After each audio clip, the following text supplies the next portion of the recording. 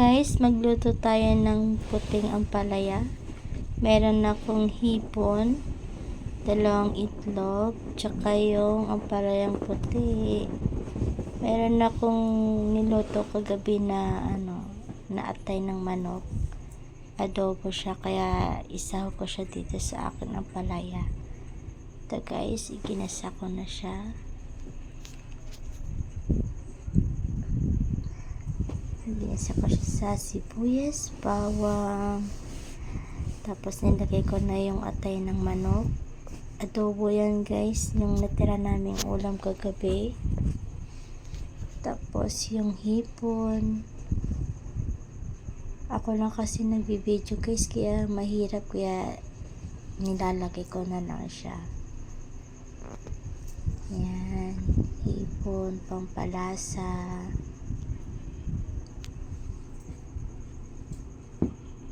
Tapos ilalagay ko na yung puting ampalaya guys. Sabi ni tata hindi daw ito mapait, pero ibinabad ko talaga siya sa asin, tsaka pinigaan ko siya ng maigi para matanggal yung tubig niya. Ayoko kasing basa na ampalaya guys pag nagluto, dry talaga siya. Ito na si Kea, na siya ng itlog. Nagbasag na siya ng itlog, 3 piraso. Siya daw mag-scramble. Sa kanya daw yung bilog.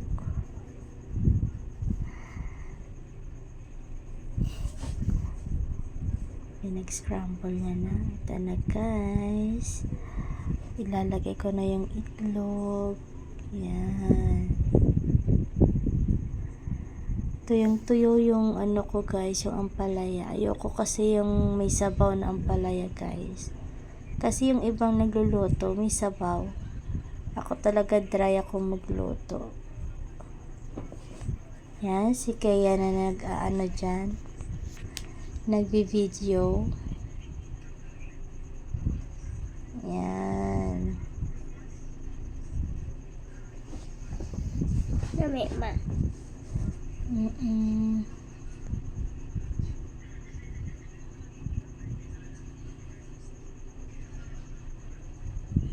Pasensya na guys sa video, magulo. Ito na siya guys, perfect na siya. Ang sarap-sarap.